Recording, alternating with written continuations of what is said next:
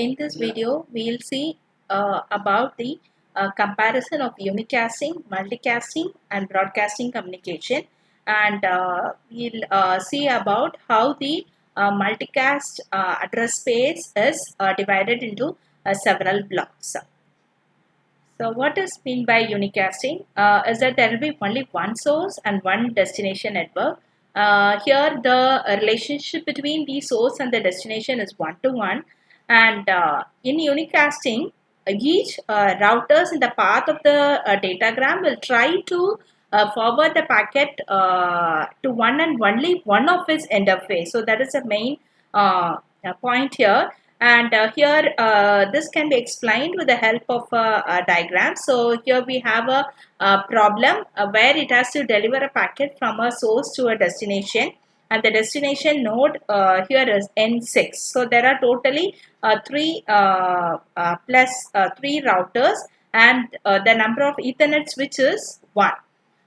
So this is the source, and our destination is N6, the recipient is N6. Now this Ethernet switch, okay, so this unicast router, okay, has 4 interfaces. So this router R1 is responsible to forward the packet only through the interface R3, that is interface 3, and the router R4 is responsible to forward the packet only through the interface 2. Since we have the destination to be the recipient to be connected with router R4, this router R1 will send the packet through the interface 3, which has the router R4, and which router R4 in turn is connected to the recipient N6 with the interface 2. Okay, so here there is only one there is only one communication, that is from one source to one destination network. So this is what we call it as the unicasting. So now we'll see about what is meant by multicasting. So in multicasting, there will be one source and a group of destination. In unicasting, the router is the one who will forward the received datagram through any one of its interface, right? So here even the relationship in the multicasting is one to many, and the source address is a unicast address, but the destination address will be a group address here. So the group address will define who are the members of the group. So when we know the group address, we can understand who are the members of that particular group. So here we have a example scenario where we have a source, and we have to send the packets to the destined groups. So we can see that the router R1 needs to send out a datagram through the interface 2 and 3. Since it has one member out here, so this R3 has a member of that particular group, and even this router R4 has 2 members out here. So the router R1 needs to send the datagram through the interface 2 and 3, and similarly the router R4 will needs to send the datagram to both of its interface, since both are the members, right? So again, this router R3 again has one more member, so this router R3 also will send the datagram to its member through the interface 1. So this is how it is done in multicasting. So in multicasting, the router may forward the received datagram through several of its interface. So we have seen in unicasting that it can take only it can travel or it can forward the datagram through only one interface, whereas here in this scenario for router R4, you can see that even it can send the datagram to by using the 2 interfaces that it has. So that is called as one to many or one to group of destiny. So even in the scenario of router R1 is sending the datagram to two of its router through the interface 3 and 2. Okay, so that is not in the case of the unicast. So if it is unicast, it can be the datagram can be sent only from one interface at a time. But here you can see that the datagram is sent through two interfaces at a time. So this is the difference between the unicasting and multicasting. Now we will see the difference between the multicasting versus multiple unicasting. So what is meant by multiple unicasting is so if there are if several packets starts from a source. Consider a scenario if several packets starts from a source, and if there are four destinations, so in that case you can assign a unicast destination address for all the four packets.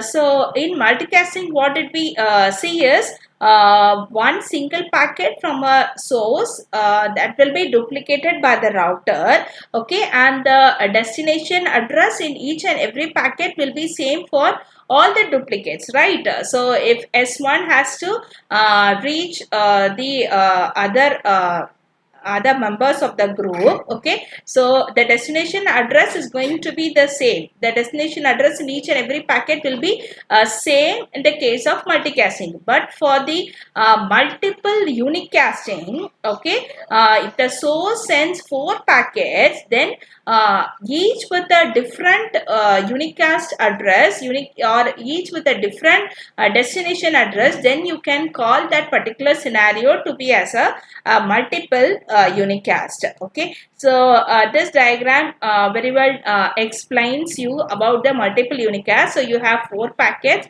So this four packets is sent, which has each and every packet will have its own destination address. So these two packets will travel through this router, and this is for this particular destination. So this packet is mean for this destination. So it means that you send multiple packets, okay, through the routers, but you will have a destination address to be as single. So that is called as multiple unicasting. So hope you have understood this, and we'll see some of the application of multicast application. So multicasting applications are it is used in teleconferencing. So in teleconferencing, the individuals who are attending a teleconference all will receive the same information at the same time. So it involves multicasting. Then for access to the distributed databases. So here we know that most of the large databases today that we have are very highly distributed. So that is, the information will be stored in more than one location, and if the user wants to access that particular database, he does not know what is the location which the information is placed, right? So the user will request in a multicast manner to all the database location, and the location which has that particular information will respond to it. So this is one of the application of multicasting in order to access the distributed database. And next one, in the field of information dissemination, as if that if a business person or if a businessman, if he wants to send the information to his customer, then obviously he can multicast it, right? So from the information is same, if the information is same, that has to be told to all the customer, then it is a multicast communication. And in this multicast multicasting can be done even in the dissemination of news. So the news can be easily disseminated through multicasting method, and even in the case of distance learning, multicasting is a technique that is applied. So the lessons will be taught by a single professor who can that the students can all the students of that particular group can receive it. So it is one to many. Okay, so these are some of the applications of multicasting. Now, what is meant by broadcasting? Broadcasting means you from a center, if a center sends a data to all the nodes, in a particular network, then you can call it to be as a broadcast communication. So here it is the relationship between the source and the destination is one to all. So you will have only one source and all the other hosts are going to be the destination. Okay. So this is the difference between the unicasting, multicasting, broadcasting, as well as we have seen about the multiple unicasting. So now we will see about the multicast address. So multicast address is the destination address for a group of hosts that have joined the multicast group, right? So a packet that uses a multicast address as a destination can reach all the members of the group unless there is some filtering restriction by the receiver. So here the multicast address in the addresses will be present in both the data link layer as well as in the network layer, and we are going to discuss about the multicast address in the network layer. So particularly this multicast address is used in the IP version 4 protocols, where in the classful addressing, the multicast addresses occupied only one single block in class D. In classless addressing, the same block has been used for this multicast addressing purpose, and each block is assigned, that is the block which is assigned for multicasting is 224.0.0.0, which means that it can hold an address of 2 to the power of 28. So this large block or this multicast address space can be divided into smaller sub-ranges, which is shown in the below table here. So here you can see that the CIDR notation, that is a slash notation, is used in order to specify the range here. So the ranges can be subdivided in the future in order to follow the rule. So if it is 224.0.0 /24, then it can have the IP address ranging from multicast address ranging from 224.0.0.0 to 224.0.0.255. So it means that it is assigned to a local network control block. So these addresses are used for protocol control traffic, and similarly you can find all the other address ranges which is used for the multicast addressing. So this is how the segment, how the blocks of the how the ranges of multicast addresses are being divided.